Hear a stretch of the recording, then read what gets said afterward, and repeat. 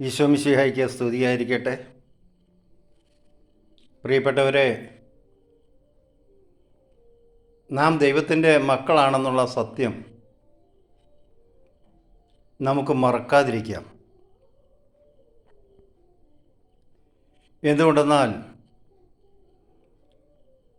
നമ്മെ സൃഷ്ടിച്ചപ്പോൾ ദൈവം ആഗ്രഹിച്ചത് ദൈവത്തോട് കൂടെ നടക്കുന്ന, ദൈവ സ്വഭാവത്തിൽ വളരുന്ന, സകല കാര്യങ്ങളും ദൈവത്തോട് ആലോചന ചോദിച്ച് തന്നെ സ്നേഹിക്കുന്ന, ബഹുമാനിക്കുന്ന, തന്നിൽ വിശ്വസിക്കുന്ന ഒരു വ്യക്തിയെ ദൈവം ആഗ്രഹിക്കുന്നത്. നമുക്കതിന് കഴിഞ്ഞിട്ടുണ്ടോ? തിരുവചനം ഇങ്ങനെ പറയുന്നു: ലോകത്തെയോ ലോകത്തിലുള്ളവയോ ദൈവത്തെക്കാൾ ഉപരി സ്നേഹിച്ചാൽ ദൈവത്തിൻ്റെ സ്നേഹം അവനിലില്ല. ഇതൊരു വലിയ ചോദ്യചിഹ്നമാണ്. എൻ്റെ ആത്മീയ ജീവിതത്തെ സംബന്ധിച്ച്, എൻ്റെ വിശ്വാസ ജീവിതത്തെ സംബന്ധിച്ച് എൻ്റെ മുമ്പിൽ ദൈവം ഇങ്ങനെ ഒരു ചോദ്യം ചോദിക്കുകയാണ്: എൻ്റെ മകനെ, എൻ്റെ മകളെ, നീ എന്നേക്കാൾ ഉപരി ഈ ലോകത്തിൽ എന്തിനെങ്കിലും സ്നേഹിക്കുന്നുവോ? സത്യം പറഞ്ഞാൽ ഈ ലോകത്തിലുള്ളതെല്ലാം ദൈവത്തിൻ്റെ ദാനം മാത്രമല്ലേ? ദാനങ്ങളെ സ്നേഹിക്കാനായിട്ട് നാം പോയി കഴിയുമ്പോൾ ദാതാവിനെ മാറ്റി നിർത്തുകയല്ലേ? ദാതാവിനേക്കാൾ ഉപരി ദാനങ്ങളെ സ്നേഹിക്കുന്ന നമ്മുടെ ജീവിതം നന്ദിയില്ലാത്ത ജീവിതമല്ലേ?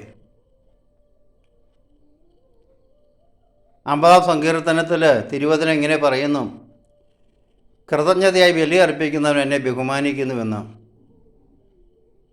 പ്രിയപ്പെട്ടവരെ, നമ്മളൊക്കെ എപ്പോഴും ദൈവസന്നിധിയിൽ നന്ദി നിറഞ്ഞ ഹൃദയത്തോടെ ജീവിക്കണമെന്ന് ദൈവം ആഗ്രഹിക്കുന്നു. അപ്രകാരം ജീവിക്കുന്നവർക്കാണ് ദൈവസ്നേഹം എന്തെന്ന് അനുഭവിച്ചറിയാൻ പറ്റുക. ലോകത്തിൻ്റെ വിജ്ഞാനത്തിൻ്റെ പിന്നാലെ ഓടുന്നവർക്കാർക്കും, ലോകം നൽകുന്ന ബോധ്യത്തിൻ്റെ പിന്നാലെ ഓടുന്നവർക്കാർക്കും ദൈവസ്നേഹത്തിൻ്റെ ആഴങ്ങളിലേക്ക് കടന്നു ചെല്ലുവാനോ, ദൈവഹിതമനുസരിച്ച് ജീവിക്കുവാനോ, നിത്യജീവനിൽ പ്രവേശിക്കാനോ പറ്റുകയില്ല. നമുക്ക് ആഗ്രഹിക്കാം, പ്രാർത്ഥിക്കാം: ഓ യേശുവേ, അങ്ങ് സ്വർഗം വിട്ട് ഇറങ്ങി വന്നത് ഞങ്ങളൊക്കെ സ്വർഗത്തിലേക്ക് വരുവാൻ വേണ്ടിയും സ്വർഗത്തിൽ അങ്ങേ മഹത്വപ്പെടുത്തുവാനും വേണ്ടിയാണല്ലോ. താൽക്കാലികമായി ലോക ജീവിതത്തിൻ്റെ സുഖങ്ങളിലേക്ക് വഴുതി വീണുപോയി അങ്ങിൽ നിന്ന് അകലുവാൻ ഞങ്ങൾക്കിടയാകരുത്. പിന്നെ അങ്ങ് അരുളി ചെയ്തതുപോലെ പരിശുദ്ധാത്മാവിനാൽ ഞങ്ങൾ നിറയട്ടെ. പരിശുദ്ധാത്മാവിനാൽ ഞങ്ങൾ നയിക്കപ്പെടുമ്പോൾ അവിടുത്തെ മക്കളായി ഞങ്ങൾ മാറുമല്ലോ. പരിശുദ്ധാത്മാവിനാൽ ഞങ്ങൾ പഠിപ്പിക്കപ്പെടുമ്പോൾ ഞങ്ങൾക്ക് തെറ്റുപറ്റുകയില്ലല്ലോ.